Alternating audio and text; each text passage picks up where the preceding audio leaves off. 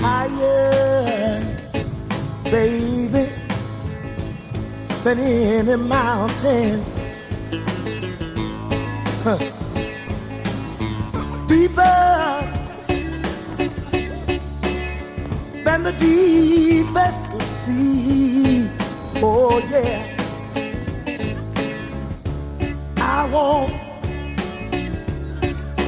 I want you to hold me. Oh my darling, darling, darling, oh darling, eternally. Oh yeah. Oh baby, baby, baby, I got a feeling will last eternally. I got to say it again. I said I got a feeling. Give me the feeling. Vamos mais uma vez orarmos nesse momento. Senhor, nós estamos felizes porque durante este culto nós já nos deparamos com a Tua presença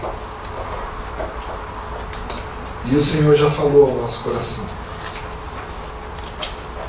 Mas eu sei, ó Pai, que o Senhor tem mais coisas para falar conosco através da reflexão da Tua palavra.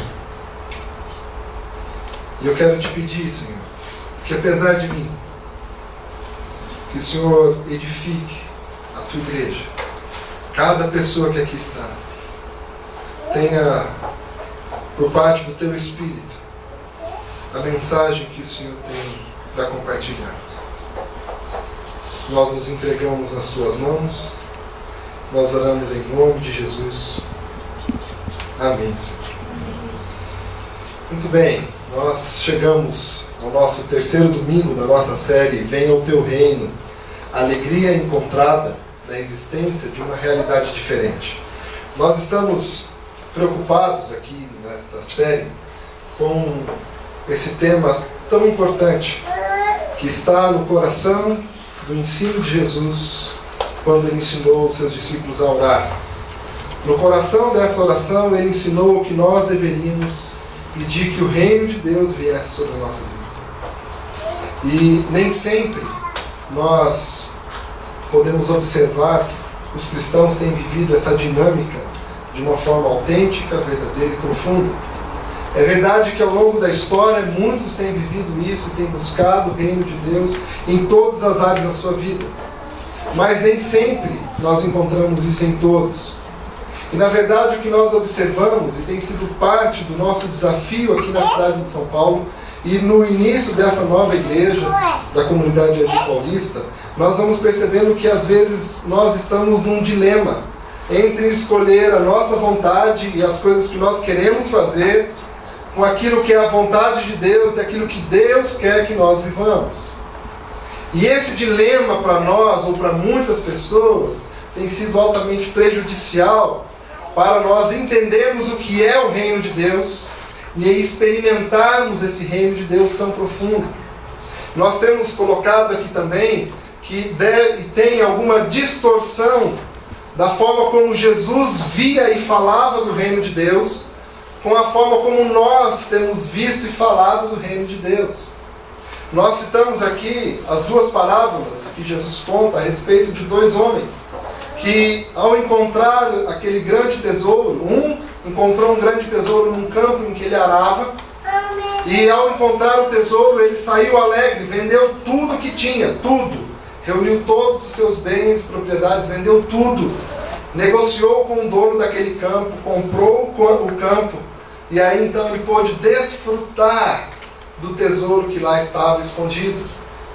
Jesus também fala de um outro homem que negociava pedras preciosas, e ao encontrar um vendedor com uma pedra muito preciosa, deu tudo que tinha em troca dessa pedra.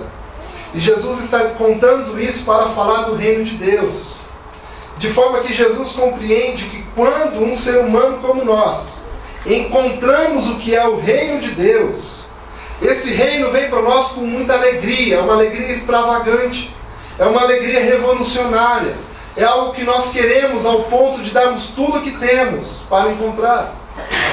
E me parece que não tem sido necessariamente essa dinâmica de muitos cristãos. Nós temos visto pessoas que têm dado tudo, ou muito do que tem, para muitas igrejas que, na verdade, a gente vai, ao analisar, perceber que nem é o evangelho que está sendo pregado. Mas Jesus está falando sobre o verdadeiro evangelho, que é Ele, e a proposta de governo de Deus sobre a vida da pessoa. E Jesus está dizendo que quando alguém encontra esse tesouro, dá tudo que tem, porque é muito precioso. De forma que nós precisamos rever um pouco os nossos conceitos. Como é que eu vejo o reino de Deus? Será que eu estou olhando para o reino de Deus como Jesus o via? Ou eu tenho formulado a partir apenas de mim e de algumas poucas reflexões? Nós deveríamos nos abrir para um novo, do que Jesus tem a nos ensinar a respeito do reino dos céus. Nós conversamos no primeiro domingo dessa série a respeito da existência do rei. Deus existe e Ele está sobre tudo e sobre todos. E como é que nós o observamos? Nós falamos nesse primeiro dia que nós precisamos estar diante do rei. Eu não sei se você já se deparou com algum tipo de experiência assim. Estar diante de alguém muito poderoso. Nós no Brasil não vivemos a experiência de uma monarquia. O rei na monarquia, ele é chefe de Estado e geralmente tem um primeiro-ministro que é o chefe de governo. Quando tem algum problema, né, com o país, com as economias e a condução de tudo, eles tiram o chefe de governo, que é o primeiro-ministro, e assim por diante. Mas o rei, ele permanece chefe do Estado. E é ele quem tem o poder de começar uma guerra, de intervir para que as coisas continuem em paz.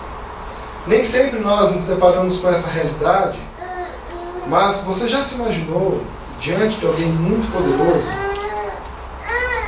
e sabendo que ele pode tomar decisões sérias sobre a sua vida?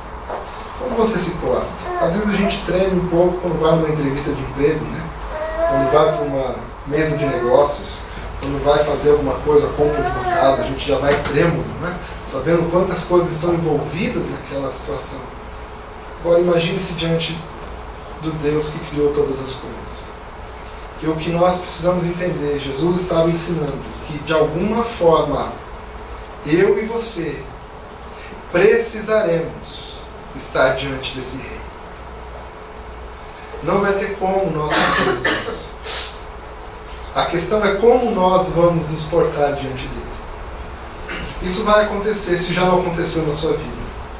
Você estará diante do rei, do Criador, do seu Criador. Como é que nós vamos nos apresentar?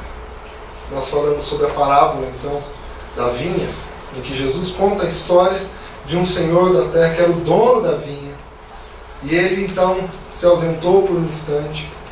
E os trabalhadores produziram, pegaram tudo que haviam produzido e usavam para o seu benefício. O dono da vinha mandou, então, um servo buscar, então, o fruto, o trabalho, a produção daquele campo. E eles mataram os servos. Mandou outro, mataram também. Então o dono daquela vinha disse: vão mandar no meu filho. O meu filho eles vão respeitar, mas eles também o mataram. E aí Jesus na parábola pergunta: o que esse dono da vinha vai dizer, vai fazer? Vai acabar com tudo. O fato é, essa vinha tem dono, nossa terra tem dono, esse mundo existe um dono, e esse dono é o rei. É o rei do universo, o rei dos reis, Senhor dos senhores, Senhor dos exércitos. E nós vamos ter que nos apresentar diante dele. Por isso, quanto antes nós entendemos quem ele é, qual é o reino e o poder desse reino, melhor será para a nossa vida. Nós falamos no segundo domingo sobre a realidade do reino. E trouxemos aqui questões completamente importantes para nós entendermos essa alegria de viver o reino. E por que muitas pessoas não conseguem perceber essa realidade? E uma das coisas mais claras e simples que nós podemos entender é que muitas pessoas não conseguem perceber a realidade do reino porque estão cheias de si mesmas. Estão cheias de marcas, de mágoas, de frustrações, das suas próprias opiniões ou de opiniões de pessoas que admiram. cheias, em si mesmadas. Por isso deixam de perceber o reino de Deus. Jesus disse lá nas bem-aventuranças: bem-aventurados os pobres de espírito, porque deles é o reino dos céus. Ou seja, aqueles que sobre o seu espírito não estão trazendo consigo as riquezas conquistadas por si mesmo, têm a possibilidade de vislumbrar o reino. Nós muitas vezes estamos cheios de nós, cheios de opiniões sobre o mundo, cheios de opiniões sobre tudo, cheias de convicções, axiomas e assim por diante, e deixamos de perceber o reino de Deus. Hoje nós vamos conversar sobre a formação de um povo, porque nós não podemos imaginar um reino sem um rei, sem a sua realidade e sem a existência de um povo.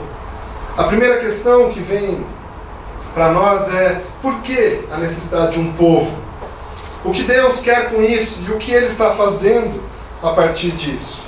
Nós temos pelos relatos bíblicos que foi plano de Deus criar um povo, criar um conjunto de pessoas que formasse um povo com uma identidade única, uma identidade especial, para que esse povo fosse luz, fosse testemunho para as nações e as pessoas de todos os tempos a respeito da existência desse rei, a respeito da existência dessa realidade, e para então demonstrar como Deus é grande, é amoroso, é poderoso, é onipresente, onisciente sobre tudo.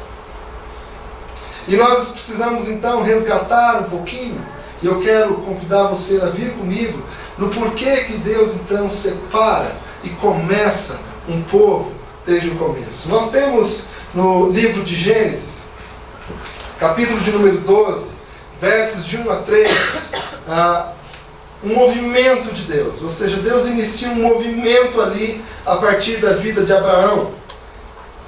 Deus está diante de uma situação inusitada.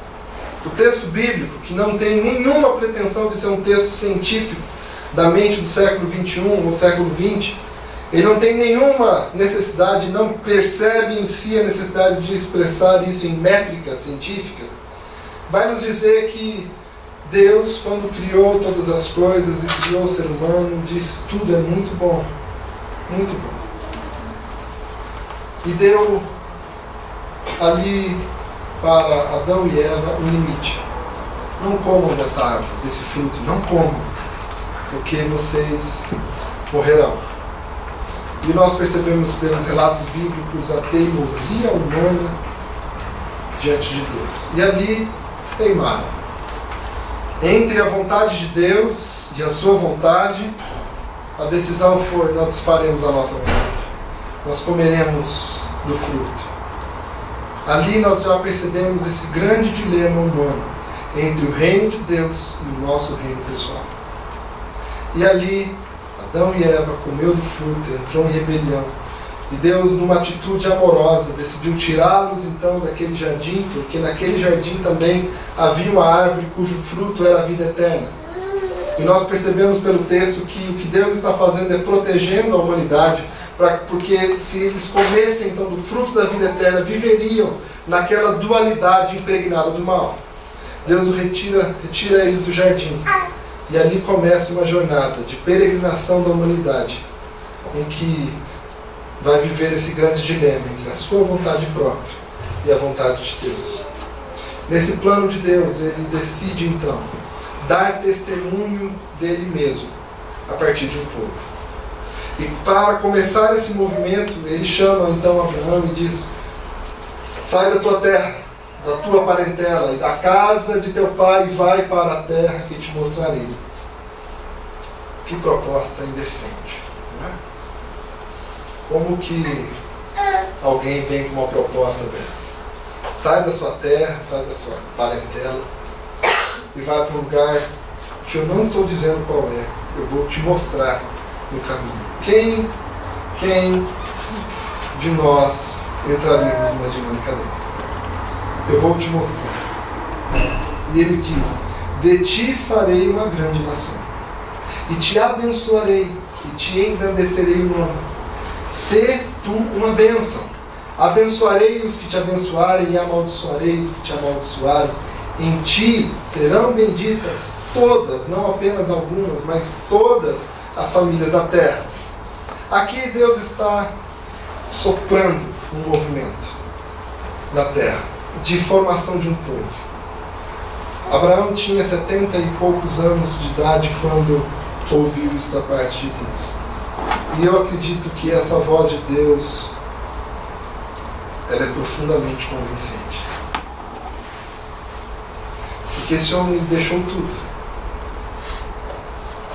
e seguiu o caminho de fé para um lugar que ele não sabia onde era, mas que Deus iria mostrar. A minha pergunta diante disso para você, porque é a primeira marca de um povo que Deus formou. Você tem ouvido essa voz? A voz desse Deus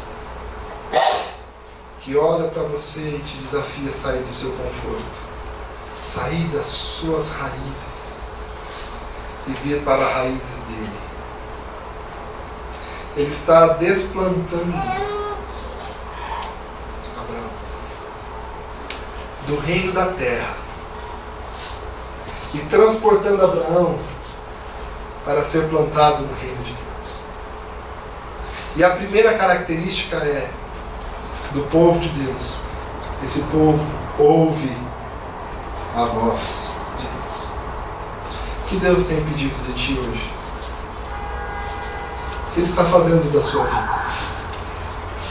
O que Ele tem reunido em torno de você? O que Ele tem colocado em suas mãos? Como Ele tem te abençoado? Quais são as pessoas que Ele coloca à sua volta? Qual o ministério que Ele colocou nas suas mãos? Quais são os dons? Quais são os talentos que Deus partilhou, colocou para você viver? A pergunta é: nós temos ouvido essa voz e obedecido? Ou nós temos guardado esse talento, essa vivência do reino de Deus dentro de nós mesmos, ou dentro de um baú trancado a 7 chaves? Primeira característica do reino de Deus: as pessoas que formam esse povo ouvem a voz do Senhor. Eu sei, gente, nós vivemos num mundo muito agitado, muito ocupado. Todos nós, não é? Eu aprendi uma coisa, estou começando agora para saber lidar melhor com o WhatsApp.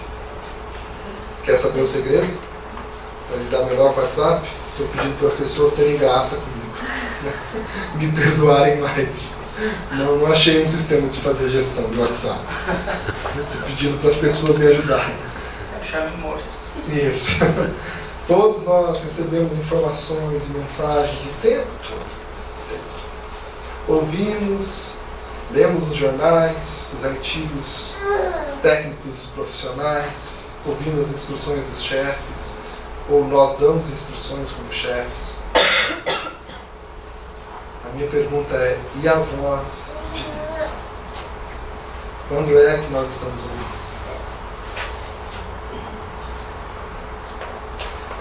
Isso é sério. Porque um povo que não ouve a voz do seu rei é um povo perdido, disperso, que se envolve com um monte de coisas erradas, que levam à morte, a uma situação deprimível. A coisa fundamental no povo de Deus é ouvir a voz. Nós cantamos aqui: tua voz aquece o meu coração. Eu preciso dizer isso para você. Você precisa separar, organizar tempo na sua vida para ouvir a voz de Deus. Ou você vai andar como um barato envenenado, perdido por todos os lados. Ouça a voz daquele que te criou, que sabe a teu respeito, que tem muito a te dizer. Uma outra característica que nós vamos perceber aqui é a obediência. Ao ouvir a voz, a segunda marca do povo de Deus é a obediência. Veja o que nós temos na sequência, em Êxodo 19, de 1 a 6. Deus estabelece uma aliança com esse povo. No terceiro mês, da saída dos filhos de Israel da terra do Egito. Lembra que esse povo de Deus se tornou escravo no Egito, um grande império. E esse império estabeleceu uma grande opressão sobre o povo de Israel, porque era um povo que era forte. Os meninos cresciam, né, troncudos, né, com força, com inteligência. E ao faraó perceber então que aquele povo de Israel estava se tornando mais forte do que o próprio povo do Egito, esse faraó então começou a colocar opressão sobre o povo de Israel. E eles viveram muito tempo essa grande opressão. E eles clamavam pedindo a ajuda de Deus. E Deus então trouxe o livramento, e nós conhecemos a história das 10 pragas, para que o povo então fosse retirado do cativeiro, da escravidão, para poderem adorar o Senhor na terra então prometida, que manava leite e mel. Mas tinha que passar pelo deserto. O fato é que quando isso acontece, depois de 3 meses eles estavam ali diante do Monte Sinai.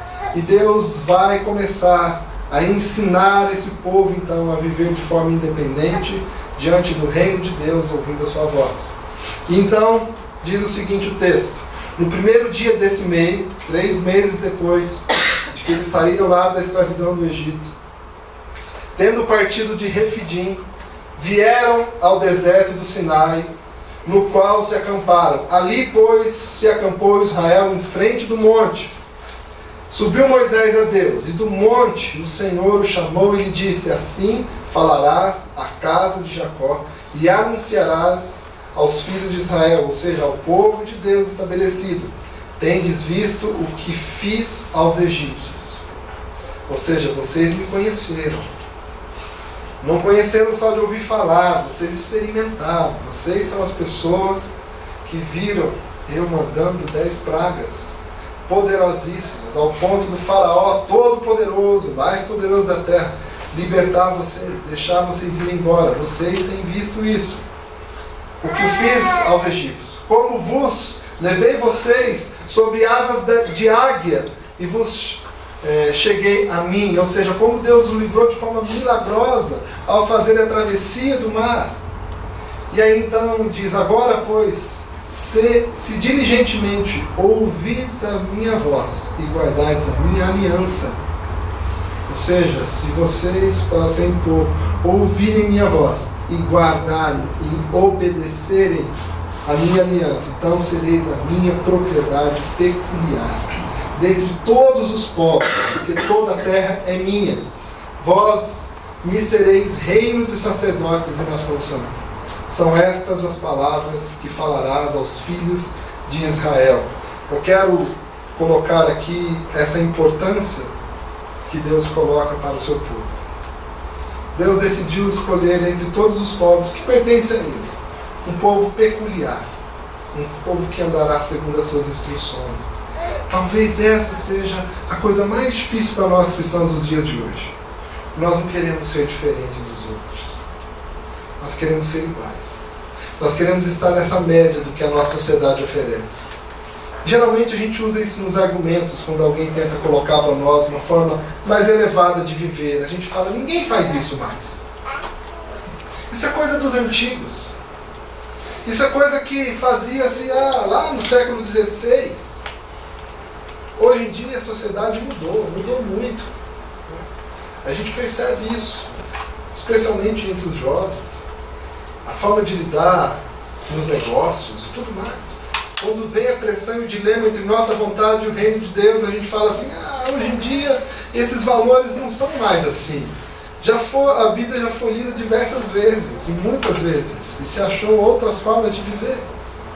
Porque a gente tem um anseio de não ser rejeitado pela nossa sociedade, nós queremos então manter a nossa vida mais ou menos como todo mundo está fazendo. A questão é que Deus não nos chamou como povo para nós sermos iguais aos outros. É verdade, Ele nos chamou para ser um ETzinho, né? Mas é um ETzinho gracioso. É uma forma peculiar de viver que Ele quer que nós vivamos. Eu não estou querendo com isso trazer para você uma lista de coisas que você deve obedecer. É assim que vive um cristão. Porque não é de listinha que nós formamos a nossa vida. a nossa vida é formada pela orientação da voz de Deus. O que Ele tem pedido a você. Às vezes a gente quer ser como os outros. É normal, na cabeça humana, a gente escolher um padrão que nós admiramos e então seguimos. É assim que funciona a vida de modelo, né? O que é um modelo? Uma modelo de ser humano, que desfila lá com aquelas roupas. A gente olha aquela mulher ou aquele homem belos, né? Que tem todas as oportunidades da vida e diz, olha, se eles escolhem esse tipo de roupa, eu, mero mortal, escolherei também. Por que que os famosos são os que apresentam os produtos nos comerciais de TV? Porque, puxa, se um famoso compra esse produto, é claro que eu vou comprar também. Eu preciso dessa referencial. E a gente vai se moldando mais ou menos igual. Na moda, nos produtos que nós compramos e assim por diante.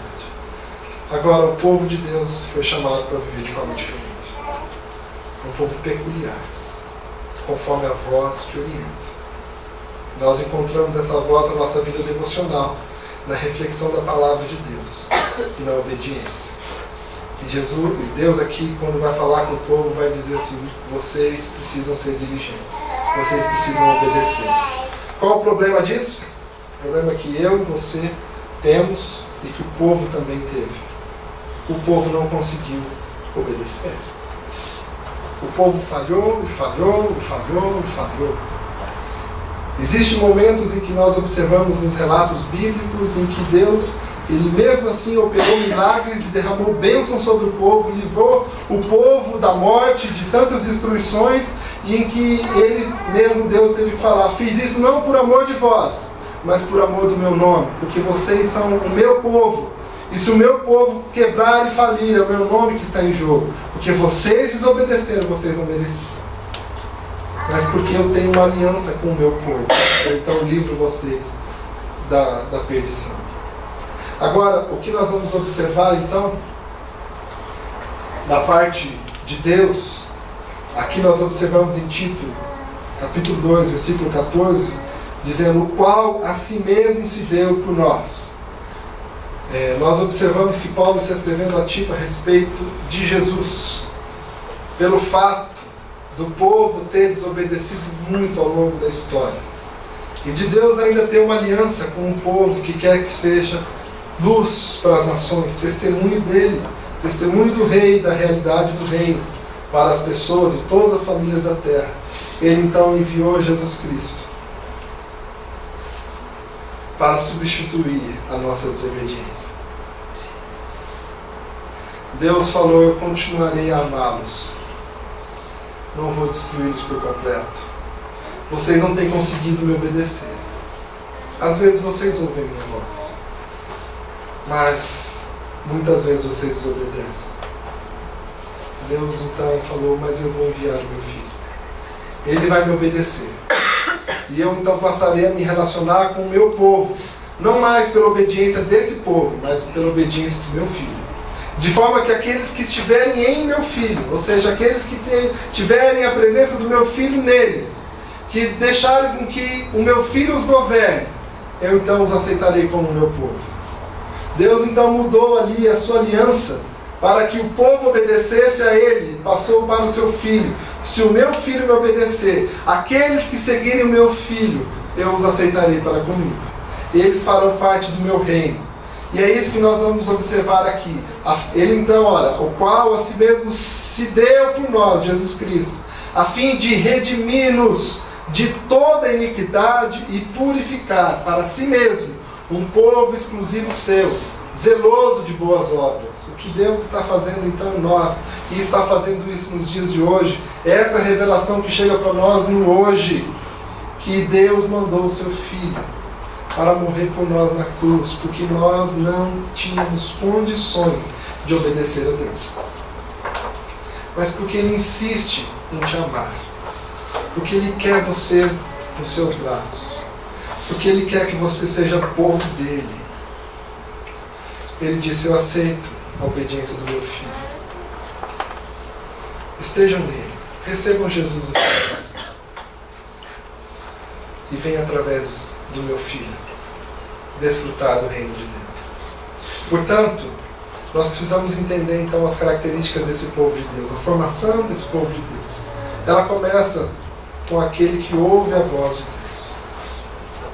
Entende que Deus pede coisas para nós obedecermos. Nós vivemos conforme a sua vontade. Mas nós somos falhos. Por nós mesmos nós não conseguiríamos. E foi isso que ficou demonstrado através do povo de Israel. Mas em terceiro lugar agora, Deus coloca o seu filho, dizendo: vocês devem andar conforme a minha vontade, de uma forma peculiar, diferente de todos, marcados pela minha presença e pelo meu governo. Mas vocês vão falhar, vocês vão errar. Mas eu quero dizer então que eu mandei o meu filho, para que pudesse ajudá-los e mais, substituí-los na hora do julgamento. Para que fosse a obediência do meu filho suficiente para que vocês, mesmo errando, se levantassem e continuassem a caminhar como o meu povo. Para que vocês não desanimassem, para que vocês não olhassem para si e dissessem: olha, eu sou um fracassado, eu não deveria continuar, eu não tenho nada a ver com esse Deus. Ele então fala assim: olha, eu mando meu filho para que quando vier esse pensamento, vocês saibam que na verdade eu vou contar com a obra que o meu filho fez e não com a sua. Para que você então tenha a condição de se reerguer de novo e falar: ok, eu errei, eu pequei, fiz de forma contrária o que Deus tinha para mim, mas eu tenho agora em Cristo a nova chance de me reerguer e tentar de novo.